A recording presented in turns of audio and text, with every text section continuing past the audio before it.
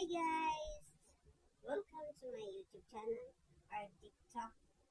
So ngayon guys, may isi-share lang po ako sa inyo guys.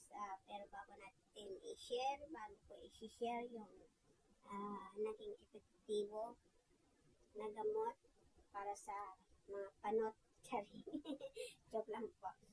Naging epektibo sa mga panot, yun nga, panot. Tulad ko, ayan, panot po guys. Ayan, panot po.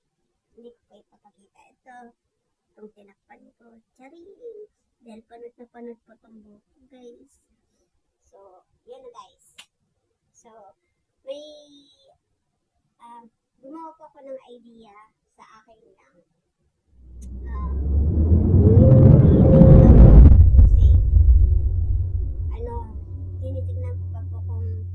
Tinitignan ko pa po kung epektibo ba.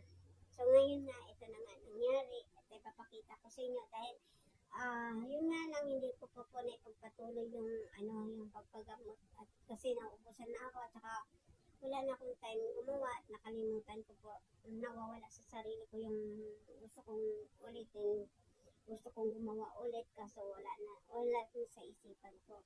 Hindi ko na ipagpatuloy yung paggagamot sa buhok kong panot. Ayan po siya guys. Sa totoo lang po guys, ito siya.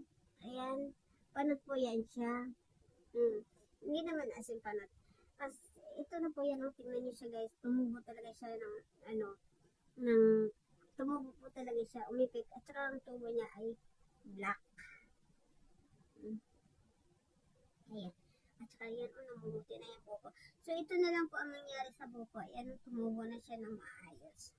Tumubo siya, umipik. Kaso nga lang hindi ko na ipagpatuloy pagpagamot kasi nga naubusan niya tulad ng sinabi ko. Kaya, ayan, umipik siya.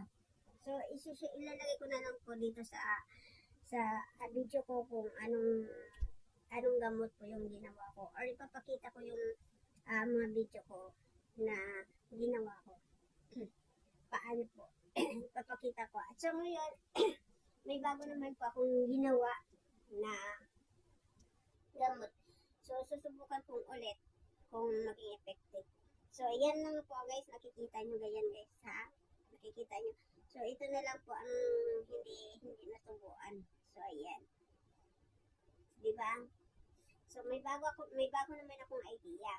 So, nagawa ko na, andyan din sa pero hindi ko nai-upload. Pero papakita ko pa rin sa inyo mamaya kung matapos. At ito lang muna ang ipapakita ko sa inyo. So, eto lalagyan na ng ice cream. Lalagyan na ng ice cream. Ano ito? 4 araw, 4 na araw ko na ito ginawa. 4 na araw ko na ito siya ginawa. So, pinatulog ko muna bago ko siya gagamitin. So, wala tayong extra baso dito. Hindi natin may papakita. At ngayon, mamaya, papakita ko na lang sa inyo mamaya. At ito siya guys. Ang gagawin natin ay gagamutin natin. Kahit dito, wala man lang akong, naubusan din ako ng So, ganito na lang guys. Ito, may kutsara ako ng ice cream. Ayan. So, tignan natin guys, maging effective ba ito. So, ayan guys ha. Panot yan siya. Tignan natin hanggang sa i-vlog ko ulit kung maging okay na. Basta tandaan niyo yung buko guys ha. Tandaan niyo yan.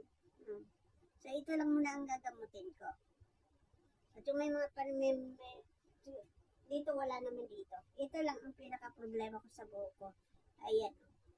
Dito talaga nauubusan ng lalo na yung alaga ko, yung puwit ng yung harapan ng alaga ko dito nilalagay sa pisngi ko. Tapos nag-i-slide siya pa ganyan.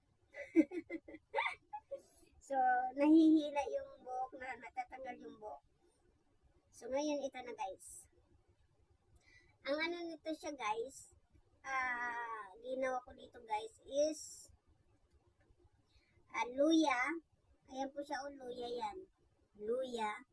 At saka zatar. Alam niyo yung zatar? Ayan.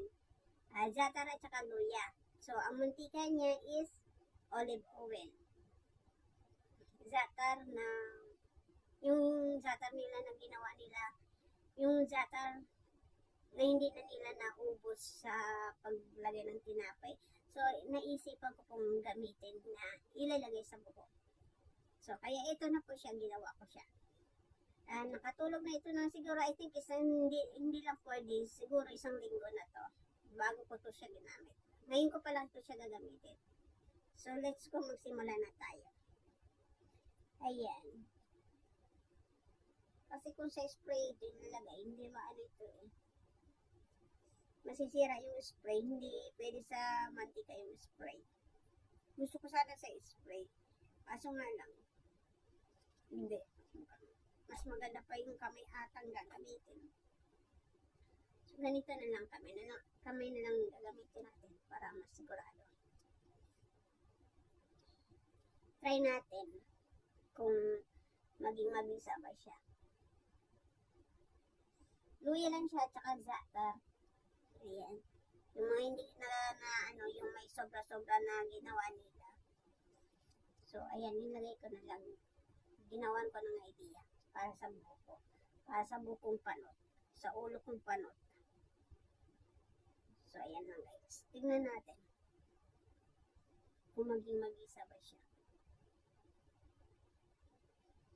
Ito, bumisa din dito siya, oh. Ito siya, ang ano nito, kung bakit siya tumubo. Ano rin yan siya, luya. Ngayon, sasabihin ko na po siya sa inyo.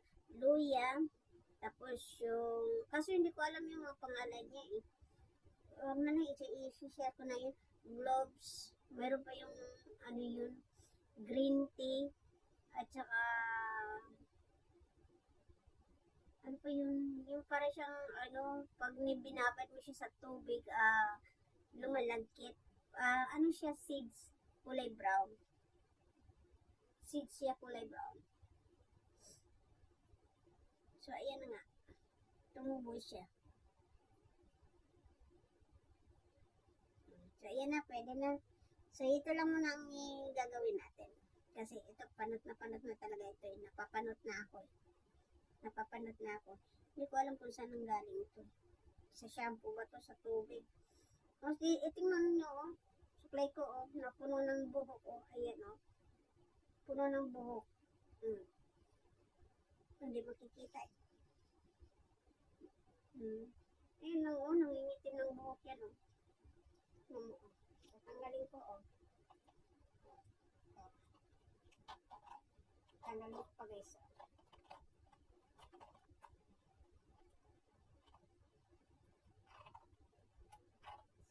So, ayan.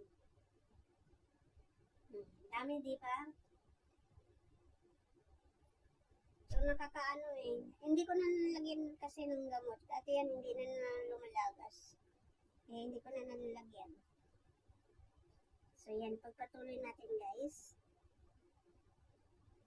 I hope na maging effective ito. Sama ng dasal na tumubo na maitim. Maging baby hair. So, yan na po guys. Tama na. Ay, sakit ng likod ko. So, amoy luya guys. Amoy luya.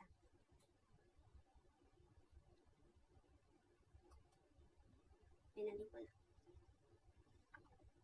So, ang ano ito, zatar at saka luya. Luya lang. So, meron pa nga akong luya. At saka, gumawa pa rin ako ng panibagong gano'n naman din, pero iba siya. Coffee powder ng pure coffee, hindi Nescafe ha. Ay, hindi. Nescafe, at saka, yung Barako. And then, luya, nilagyan ko rin ng luya. At saka, yun na, mantika. Apat siya. At green tea. Green tea. So, ayan. Okay na ba, guys?